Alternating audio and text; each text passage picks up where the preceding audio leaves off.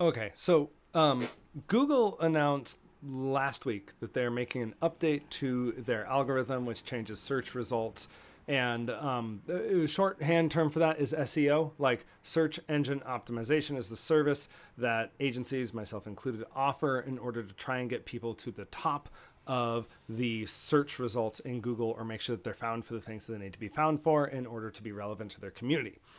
So Google's updating it again. They update it often, and whenever they update, marketers, even myself, go like, how is this going to work? How is this going to affect the things that we are doing for our clients? How is this going to affect people in the future? So this one, Google is calling it the helpful content update.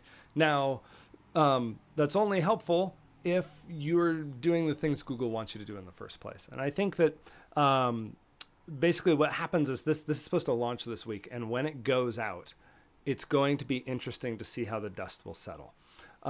Because basically what Google, it seems like what they're doing, because they'll never give you a direct answer. It seems like what they're doing is they're trying to combat a lot of the AI written stuff, a lot of the filler, and a lot of the things on the internet that are written specifically for search engine optimization and not necessarily for the user. So I have always been a proponent of Google is looking out for their own users. So if you look out for their users, they're going to rank you higher because you're prioritizing the same things that Google is. Now, there's a lot of things that go into SEO.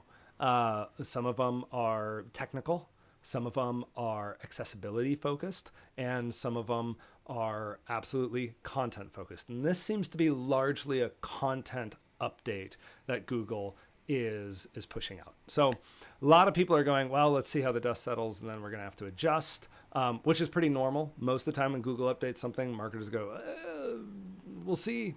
But overall, I think that if you're treating your users to your website in a way that Google deems useful and friendly and accessible and relevant to that user, then you're going to do okay. Now, where does it get tricky?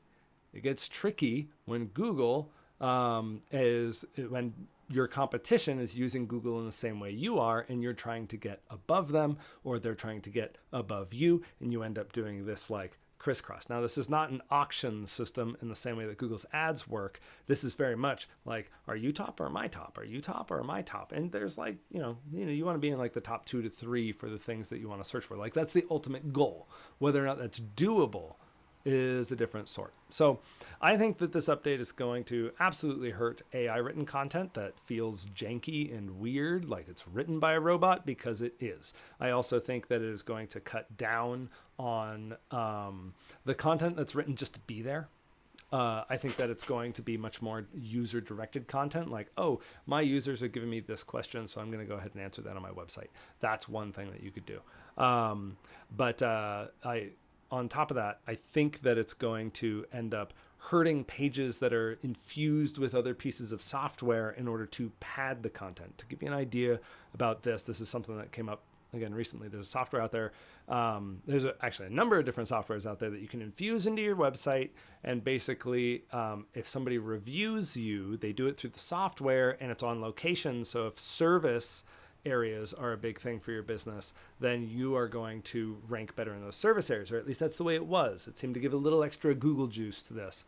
I have a feeling that this content update is going to hurt those pages because those pages are built on reviews that don't really matter to Google on Google's platform. So why would Google trust them? Now, am I 100% correct? Yeah. And no one knows. And that's the big thing. So it'll be interesting to see how this happens and how this shakes out. One question I have is how it's going to hurt press releases, because press releases get distributed out into a lot of different domains, and then those domains end up having a higher authority on them, and then you end up having to you use them to infuse your site full of signals that Google used to say, yeah, this is great. But if you do it too often, I have a feeling Google's going to go like, yeah, you're releasing a press release every couple months or every month. This is no longer acceptable. The other thing is press releases are written in such a weird way that I don't actually think it's useful to the user. So we'll see. We'll see what ends up happening. But ultimately, if you're curious about the way this stuff usually shakes out, it's usually take care of the user. Look at your page, look at your bounce rates, look at where people are dropping off on your page, and make your page more engaging.